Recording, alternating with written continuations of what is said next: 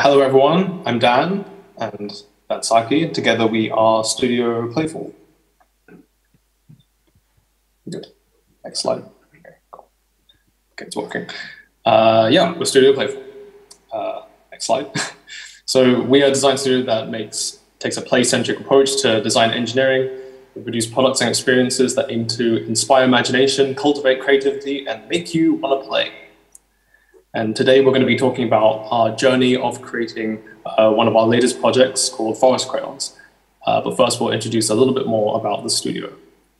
So we understand play as an unstructured process of exploration, experimentation, and creation, crucial for children to develop necessary skills in life.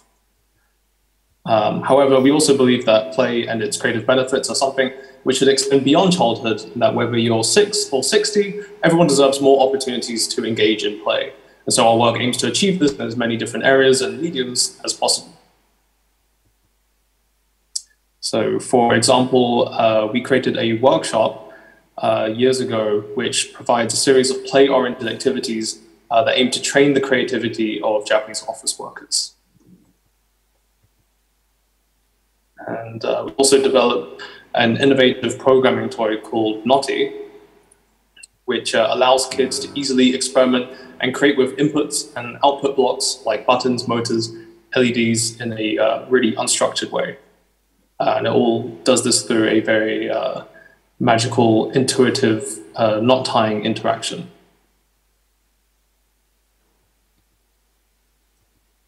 But today we'll be focusing on our most recent project, Forest Crayons. So Forest Crayons is a set of naturally colored crayons made entirely from Japanese wood. From the reddish tones of the cedar, which you see on the left, to the blue, vibrant blue of fungus-stained wood, Forest Crayons reveals the natural spectrum of hues which the forest in Japan has to offer.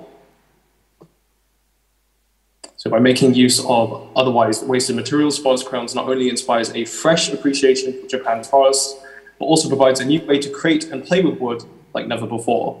So for the rest of today's talk, we'll be going through our journey of how these crayons came to be.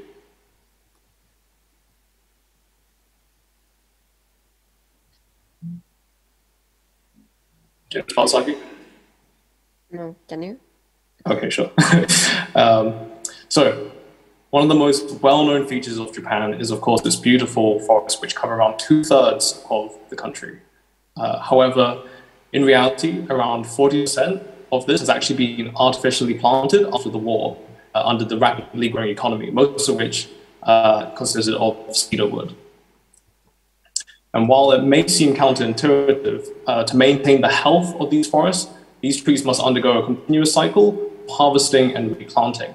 But in recent years, as timber import costs declined, it has left little incentive to make use of the country's wood resources. So as a result, these unharvested and unmaintained forests have led to an increase of risks of disasters such as landslides. So in response to this issue, in combination with our play-centric approach, our goal was quite simple, to discover the untapped potential of Japan's forests to develop a new way to play and use wood. So with this aim in mind, the next thing we did was to simply get our hands on some wood and play with it.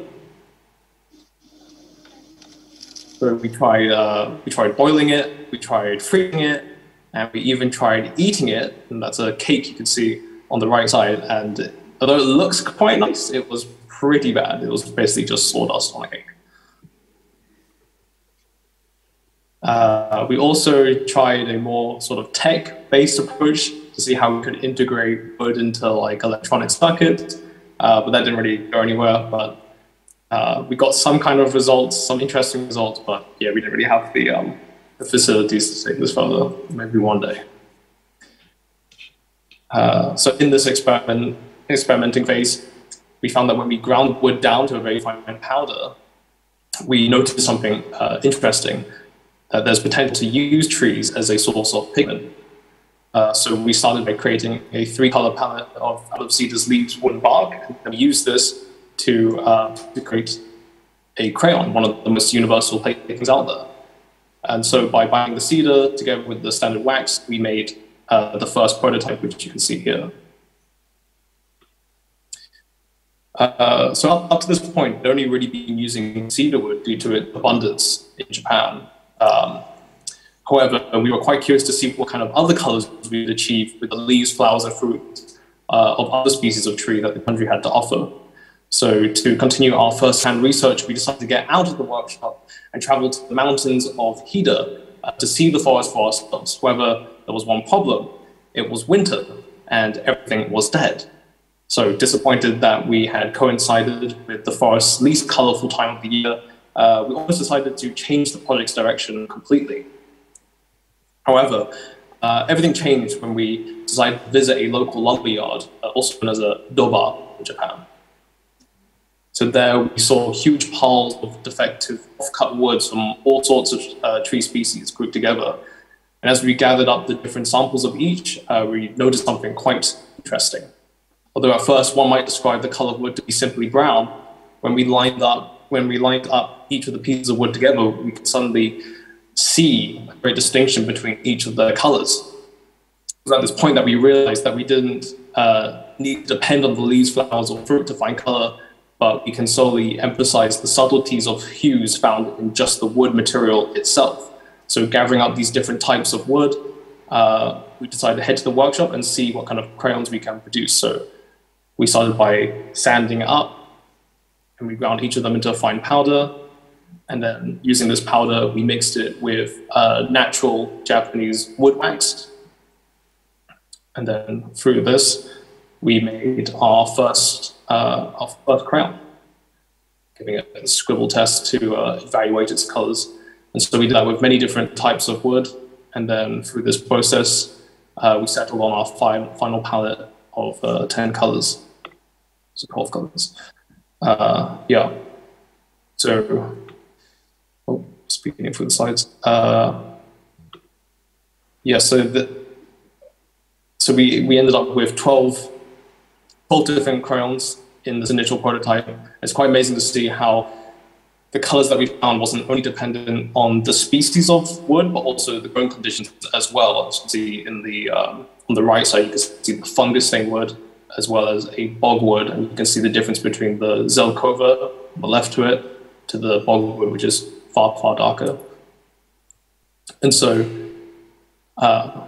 seeing such a broad palette of colors, it became very clear that the color of wood is much more than just brown. So now taking this idea further, we're now actually working with a Japanese crayon factory to bring forest crayons from its prototype to market, and also now looking to distribute worldwide as well. And these will be out in the next couple of months, actually.